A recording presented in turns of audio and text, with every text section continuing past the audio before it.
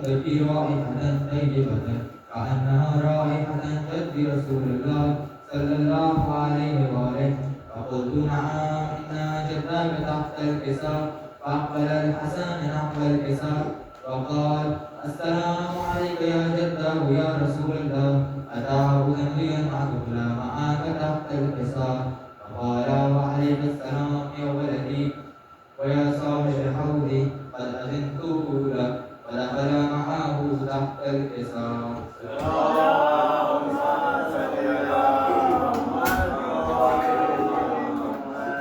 فما كانت إلا ساعة وإذا بولدي الحسين قد أقبل فقال السلام عليك يا أمه. قلت وعليك السلام يا ولدي ويا قرة عيني وثمرة فؤادي.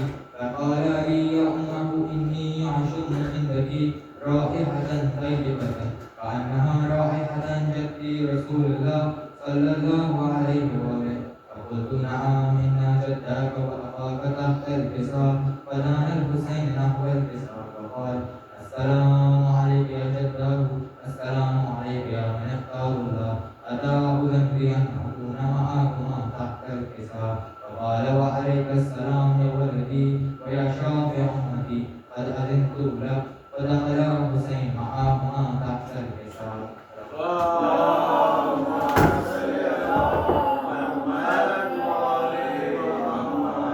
فأقبل عندك ذلك عبد الحسن علي بن أبي طالب وقال السلام عليك يا بنت رسول الله. فقلت وعليك السلام يا عبد الحسن ويا أمير المؤمنين. فقال يا فاطمة إني أشم عندك رائحة طيبة كأنها رائحة أخي وابن عمي رسول الله صلى الله عليه وآله. فقلت نعم ها هو مع ولديك تحت الكساء. فأقبل علي نحو الكساء وقال السلام عليك يا رسول الله وأتعبد لي أن أكون معكم تحت الكساء؟ قال له وعليك السلام يا أخي ويا وسي وخليفتي وصاحب لوائي قد أذنت لك. فدخل عليهم تحت الكساء. اللهم صل على محمد وآل محمد. ثم عقيت نحو الكساء فقلت السلام عليك يا عباده يا رسول الله أتعبد لي أن أكون معكم تحت الكساء؟ قال وعليك السلام يا بنتي ويا بدعتي قد أذنت لك. ودخلت تحت الكساء. اللهم صل على محمد وآل محمد. فلما اكتملنا جميعا تحت الكساء أخذ عبي رسول الله في طرف الكساء وأومى بيده اليمنى إلى السماء وقال اللهم إن هؤلاء أهل بيتي وخاصتي وعامتي لحمهم لحمي ودمهم دمي يؤلمني ما يؤلمهم ويحزنني ما يحزنهم. أنا حرب لمن حاربهم وسلم لمن سالمهم وعدو لمن عاداهم ومحب لمن أحبهم. إنهم مني وأنا منهم. واجعل صلواتك وبركاتك ورحمتك وغفرانك ورضوانك علي وعليهم وأذهب عنهم الرجس وطهرهم تطهيرا. اللهم صل على محمد وآل محمد. قال الله عز وجل يا ملائكتي ويا سكان السماوات إني ما خلقت سماء مبنية ولا أرضا ملية ولا قمرا منيرا ولا شمسا ملية ولا فلكا يدور ولا بحر يجري ولا فلكا يسري إلا بمحبة هؤلاء الخمسة الذين هم تحت الكساء. اللهم صل على محمد وآل محمد. قال الأمين جبرائيل يا رب ومن تحت الكساء؟ فقال عز وجل هم أهل بيت النبوة ومعدن الرسالة هم فاطمة وأبوها وبعلها وبنوها. اللهم صل على محمد وآل محمد. فقال جبرائيل يا رب أعداء زميل أحبط إلى الأرض لا يكون معهم سادسا. فقال الله نعم قد علمت لك. فهبط الأمين جبرائيل وقال السلام عليك يا رسول الله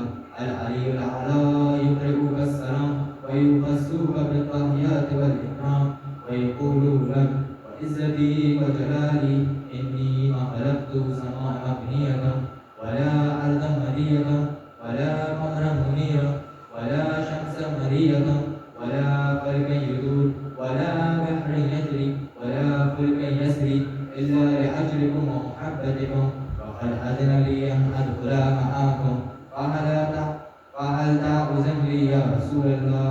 فقال رسول الله وعليك السلام يا أمين وهي الله وإنه منفذة طولا فدخل جبرائيل معنا تحت الحساب.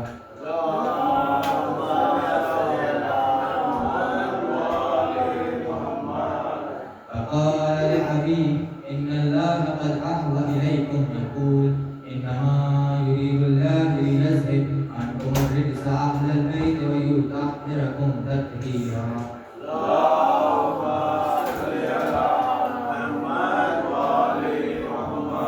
فقال علي لعبيد يا رسول الله أخبرني ما لجلوسنا هذا تحت الكساء من القدر عند الله. فقال النبي صلى الله عليه وسلم والذي بعثني بالحق نبيا واصطفاني بالرسالة نبيا ما ذكرنا خبرنا هذا في محفل من محافل أهل الأرض وفيه جمع من شيعتنا ومحبينا إلا ونزلت عليهم الرحمة وحفت بهم الملائكة واستغفرت لهم إلى أن يتفرقوا. فقال علي عليه السلام إذن والله خذنا وقال شيعتنا ورب الكعبة.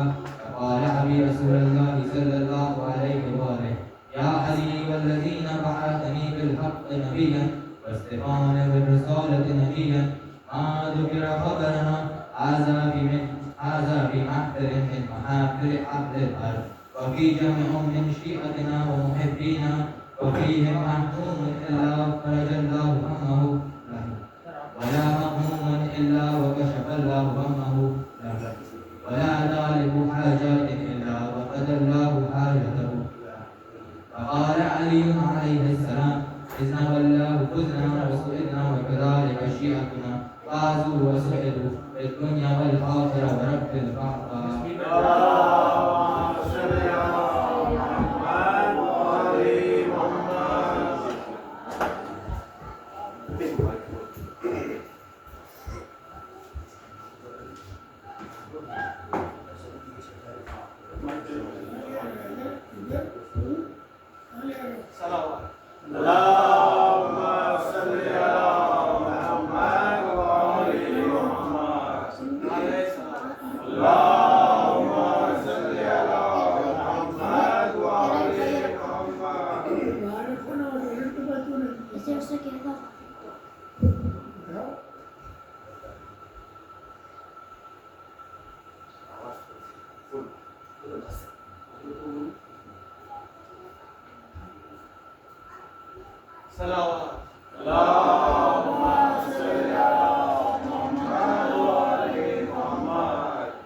قدم قدم پر چراغ ایسے جلا گئی ہے علی کی بیٹی. قدم قدم پر چراغ ایسے جلا گئی ہے علی کی بیٹی. یزیدیت کی ہر ایک سازش پہ چھا گئی ہے علی کی Bluetooth pairing. کہیں بھی ایوان ظلم تعمیر ہو سکے گا نہ اب جہاں میں. کہیں بھی ایوان ظلم تعمیر نہ ہو سکے گا اب جہاں میں. ستم کی بنیاد اس طرح سے ہلا گئی ہے علی. عجب مسیحا مزاج خاتون تھی کہ لفظوں کے کیمیا سے. عجب مسیحا مزاج خاتون تھی کہ لفظوں کے کیمیا سے حسینیت کو بھی سانس لینا سکھا گئی ہے علی. بھٹک رہا تھا دماغ انسانیت جہالت کی تیرگی میں. بھٹک رہا تھا دماغ انسانیت جہالت کی تیرگی میں. جنم کے اندھے بشر کو رستہ دکھا گئی ہے علی. نعرہ صلوات.